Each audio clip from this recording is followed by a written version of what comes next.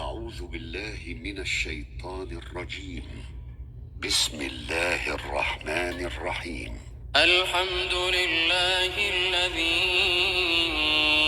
أنزل على عبده الكتاب ولم يجعل له عوجا قيما لينذر بأسا شديدا من لدنه ويبشر المؤمنين الذين يعملون الصالحات أن لهم أجرا حسنا ماكثين فيه أبدا وينذر الذين قالوا اتخذ الله ولدا ما لهم به من علم ولا لآبائهم كبرت كلمة تخرج من أفواههم إن يقولون إلا كذبا فلعلك باخع نفسك على آثارهم إن لم يؤمنوا بهذا الحديث أسفا إنا جعلنا ما على الأرض زينة لها لنبلوهم أيهم أحسن عملا وإنا لجاعلون ما عليها صعيدا جرزا أم حسبت أن أصحاب الكهف والرقيم كانوا من آياتنا عجبا إذ أوى الفتية إلى الكهف فقالوا ربنا آتنا من لدنك رحمة وهيئ لنا من أمرنا رشدا فضربنا على آذانهم في الكهف سنين عددا ثم بعثناهم لنعلم أي الحزبين أحصى لما لبثوا أمدا نحن نقص عليك نبأهم بالحق إنهم فتية آمنوا بربهم وزدناهم هدى وربطنا على قلوبهم إذ قاموا فقالوا ربنا رب السماوات والأرض لن ندعو من دونه إلها لقد قلنا إذا شططا هؤلاء قومنا اتخذوا من دونه آلهة لولا يأتون عليهم بسلطان بين فمن أظلم ممن افترى على الله كذبا وإذ اعتزلتموهم وما يعبدون إلا الله فأووا إلى الكهف ينشر لكم ربكم من رحمته ويهيئ لكم من أمركم مرفقا وترى الشمس إذا طلعت تزاور عن كهفهم ذات اليمين وإذا غربت تقرضهم ذات الشمال وهم في فجوة منه ذلك من آيات الله من يهد الله فهو المهتد ومن يضلل فلن تجد له وليا مرشدا وتحسبهم أيقاظا وهم رقود ونقلبهم ذات اليمين وذات الشمال وكلبهم باسط ذراعيه بالوصيد لو اطلعت عليهم لوليت منهم فرارا ولملئت منهم رعبا وكذلك بعثناهم ليتساءلوا بينهم قال قائل منهم كم لبثتم قالوا لبثنا يوما أو بعض يوم قالوا ربكم أعلم بما لبثتم فابعثوا أحدكم بورقكم هذه إلى المدينة فلينظر أيها أزكى طعاما فليأتكم برزق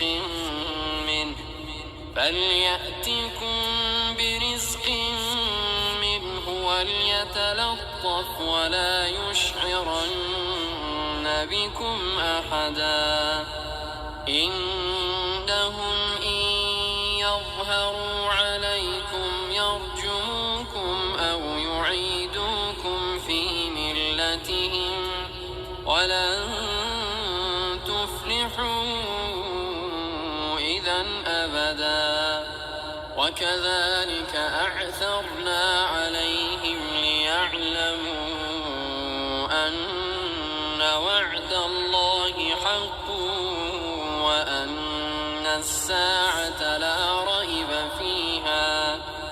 وأن الساعة لا ريب فيها إذ يتنازعون بينهم أمرهم فقالوا ابنوا عليهم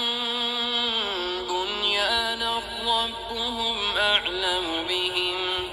قال الذين غلبوا على أمرهم لنتخذن عليهم مسجدا سيقولون ثلاثة رابعهم كلبهم ويقولون خمسة سادسهم كلبهم رجما بالغيب ويقولون سبعة وثامنهم كلبهم قل ربي أعلم بعدتهم ما يعلمهم إلا قليل فلا تمار فيهم إلا مراء ظاهرا ولا تستفت فيهم منهم أحدا ولا تقولن لشيء إني فاعل ذلك غدا إلا أن يشاء الله واذكر ربك إذا نسيت وقل عسى أن يهديني ربي لأقرب من هذا رشدا ولبثوا في كهفهم 300 سنين وازدادوا 9 قل الله أعلم بما لبثوا له غيب السماوات والأرض أبصر به وأسمع ما لهم من دونه من ولي ولا يشرك في حكمه أحدا واتل ما أوحي إليك من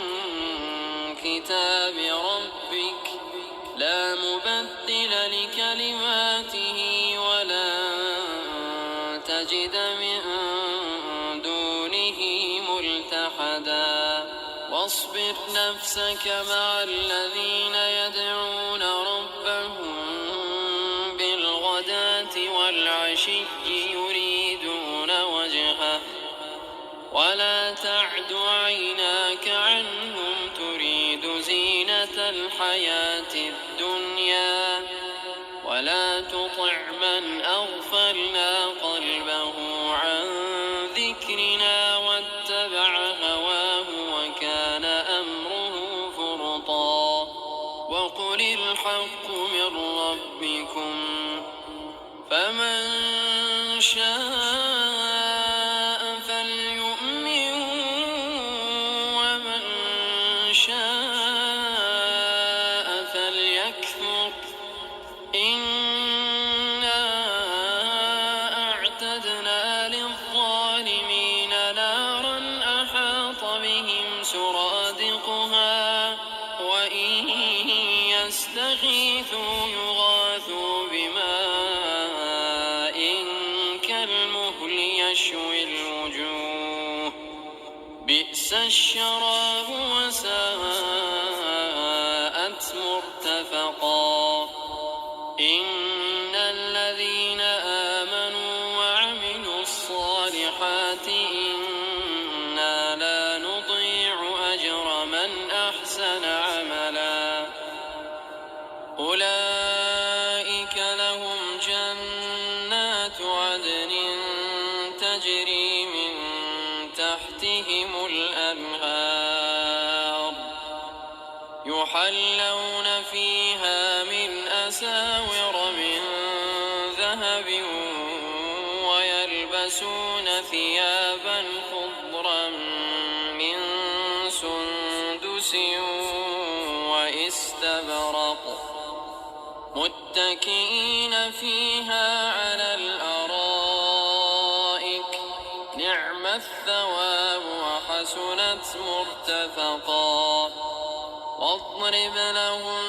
مثلا الرجلين جعلنا لأحدهما جنتين من أعناب وحففناهما بنخل وجعلنا بينهما زرعا كلتا الجنتين آتت أكلها ولم تظلم منه شيئا وفجرنا خلالهما نهرا وكان له ثمر فقال لصاحبه وهو يحاوره أنا أكثر منك مالا وأعز نفرا ودخل جنته وهو ظالم لنفسه قال ما أظن أن تبيد هذه أبدا وما أظن الساعة قائمة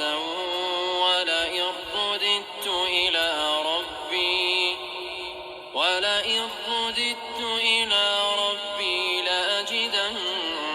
خيرا منها منقلبا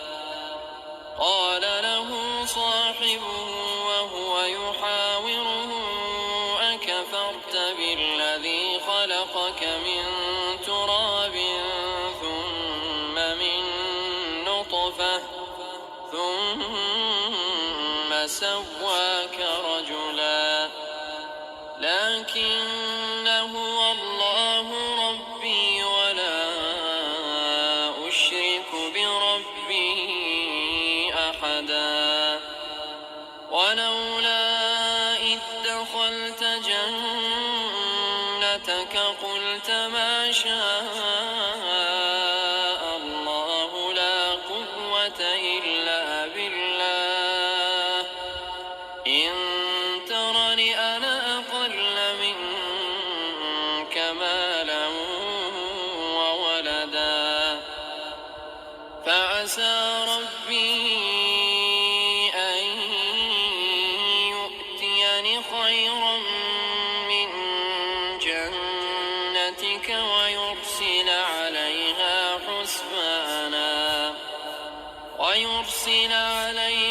حسبانا من السماء فتصبح صعيدا زلقا أو يصبح ماؤها غورا فلن تستطيع له طلبا وأحيط بثمره فأصبح يقلب كفيه على ما أنفق فيها وهي خاوية على عروشها ويقول يا ليتني لم أشرك بربي أحدا ولم تكن له فئة ينصرونه من دون الله وما كان منتصرا هنالك الولاية لله الحق هو خير ثوابا وخير عقبا واضرب لهم مثل الحياة الدنيا كماء أنزلناه من السماء فاختلط به نبات الأرض فأصبح هشيما تذروه الرياح وكان الله على كل شيء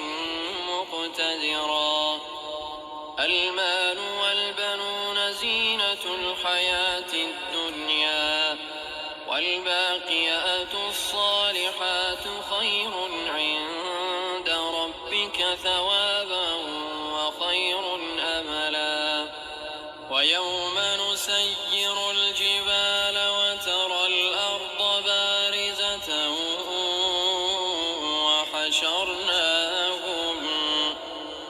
وحشرناهم فلم نغادر منهم أحدا وعرضوا على ربك صفا لقد جئتمونا كما خلقناكم أول مرة بل زعمتم أن لن نجعل لكم موعدا ووضع الكتاب فترى المجرمين مشفقين مما فيه ويقولون يا ويلتنا ما لهذا الكتاب لا يغادر صغيرة ولا كبيرة إلا أحصاها ووجدوا ما عملوا حاضرا ولا يظلم ربك أحدا وإذ قلنا للملائكة اسجدوا لآدم فسجدوا إلا إبليس كان من الجن ففسق عن أمر ربه أفتتخذونه وذريته أولياء من دوني وهم لكم عدو بئس للظالمين بدلا ما أشهدتهم خلق السماوات والأرض ولا خلق أنفسهم وما كنت متخذ المضلين عضدا ويوم يقول نادوا شركائي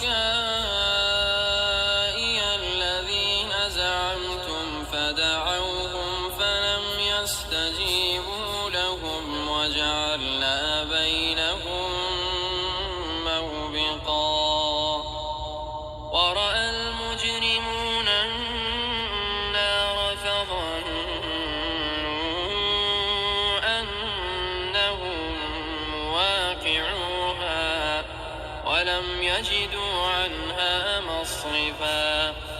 ولقد صرفنا في هذا القرآن للناس من كل مثل وكان الإنسان أكثر شيء جدلا وما منع الناس أن يؤمنوا إذ جاءهم الهدى ويستغفروا ربهم إلا أن تأتيهم سنة الأولين أو يأتيهم العذاب قبلا وما نرسل المرسلين إلا مبشرين ومنذرين ويجادل الذين كفروا بالباطل ليدحضوا به الحق واتخذوا آياتي وما أنذروا هزوا ومن أظلم ممن ذكر بآيات ربه فأعرض عنها ونسي ما قدمت يداه إنا جعلنا على قلوبهم أكنة أن يفقهوه وفي آذانهم وقرا وإن تدعهم إلى الهدى فلن يهتدوا إذا أبدا وربك الغفور ذو الرحمة لو يؤاخذهم بما كسبوا لعجل لهم العذاب بل لهم موعد لن يجدوا من دونه موئلا وتلك القرى أهلكناهم لما ظلموا وجعلنا لمهلكهم موعدا وإذ قال موسى لفتاه لا أبرح حتى أبلغ مجمع البحرين أو أمضي حقبا فلما بلغا مجمع بينهما نسيا حوتهما فاتخذ سبيله في البحر سربا فلما جاوزا قال لفتاه آتنا غداءنا لقد لقينا من سفرنا هذا نصبا قال أرأيت إذ أوينا إلى الصخرة فإني نسيت الحوت وما أنسانيه إلا الشيطان أن أذكره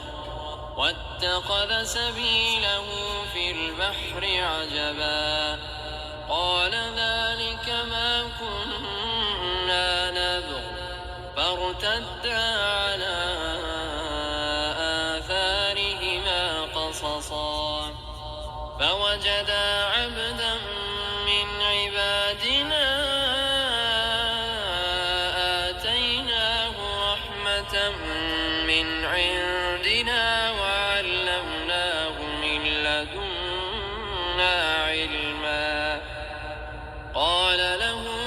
موسى هل أتبعك على أن تعلمني مما علمت رشدا قال إنك لن تستطيع معي صبرا وكيف تصبر على ما لم تحط به خبرا قال ستجدني إن شاء الله صابرا ولا أعصي لك أمرا. قال فإن اتبعتني فلا تسألني عن شيء حتى أحدث لك منه ذكرا. فانطلقا حتى إذا ركبا في السفينة خرقها قال أخرقتها لتغرق أهلها لقد جئت شيئا إمرا. قال ألم أقل إنك لن تستطيع معي صبرا. قال لا تؤاخذني بما نسيت ولا ترهقني من أمري عسرا. فانطلقا حتى إذا لقيا غلاما فقتله. قال أقتلت نفسا زكية بغير نفس لقد جئت شيئا نكرا.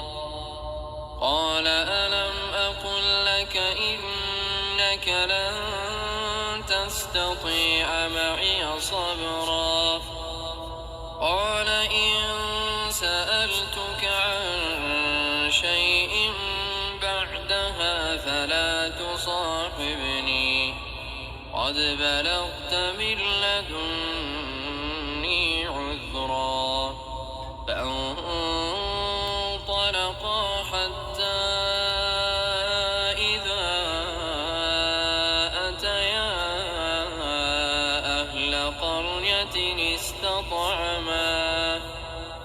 استطعما أهلها فأبوا أن يضيفوهما فوجدا فيها جدارا يريد أن ينقض فأقامه. قال لو شئت لاتخذت عليه أجرا. قال هذا فراق بيني وبينك سأنبئك بتأويل ما لم تستطع عليه صبرا. أما السفينة فكانت لمساكين يعملون في البحر فأردت أن أعيبها وكان وراءهم ملك يأخذ كل سفينة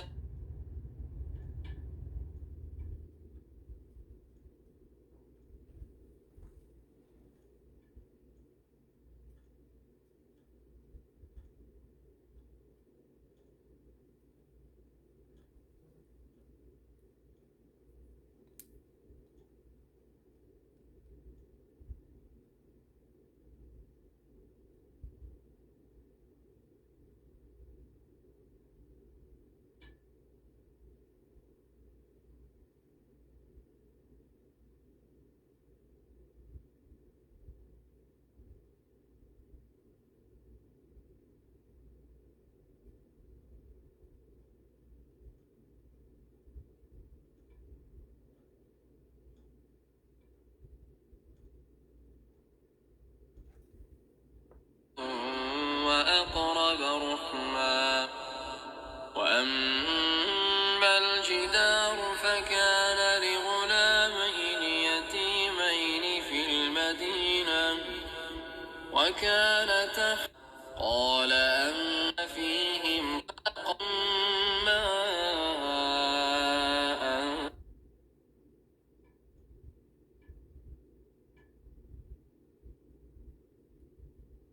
عليه صبرا.